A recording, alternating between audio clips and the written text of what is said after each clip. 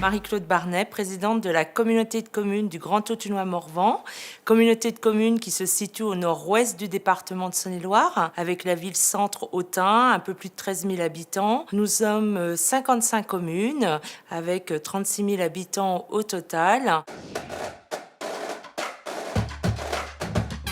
Le projet alimentaire territorial est né dans les années 2010, mais essentiellement le projet alimentaire territorial de l'Autunois-Morvan a été porté en lien avec la profession agricole et l'ensemble des acteurs de la filière, avec donc l'abattoir d'Autun, un abattoir qui avait quasi 50 ans, et la question se posait de savoir si on réhabilitait ou non cet abattoir, et de là est parti un travail de co-construction en partenariat avec la filière, avec l'ensemble des acteurs. Nous avons mis en place une commission mixte paritaire qui a été donc le point de départ de notre projet alimentaire territorial.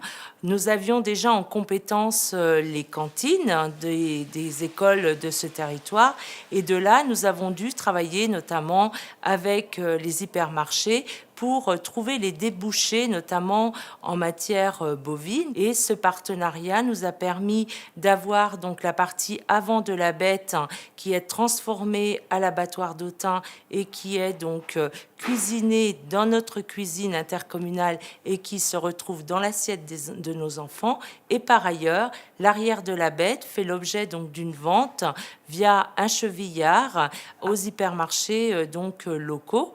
Donc c'est vraiment l'abattoir qui a été le point central et qui a été à l'initiative de ce projet alimentaire territorial. Nous avons travaillé avec les agriculteurs depuis 2014-2015. D'ailleurs, ça a permis à ce territoire d'avoir le premier groupement d'intérêt économique et environnemental créé en Autunois-Morvan.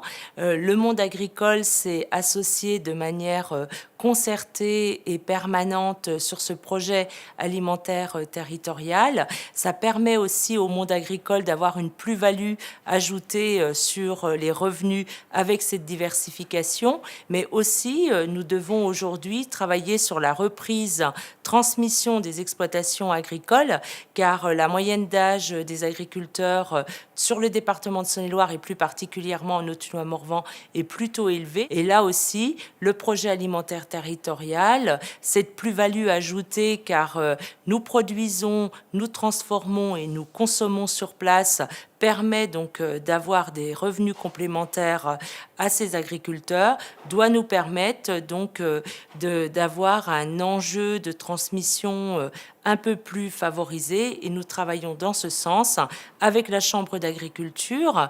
Et puis nous avons aussi un diagnostic qui a été fait par la Chambre d'agriculture pour permettre donc le développement des énergies renouvelables pour le monde agricole, notamment en lien avec les toitures des bâtiments agricoles. Et là aussi, ça doit nous permettre de sensibiliser et d'accompagner tout un chacun dans la transmission et dans le développement d'une activité économiquement plus viable que parfois ça a pu l'être sur ce territoire.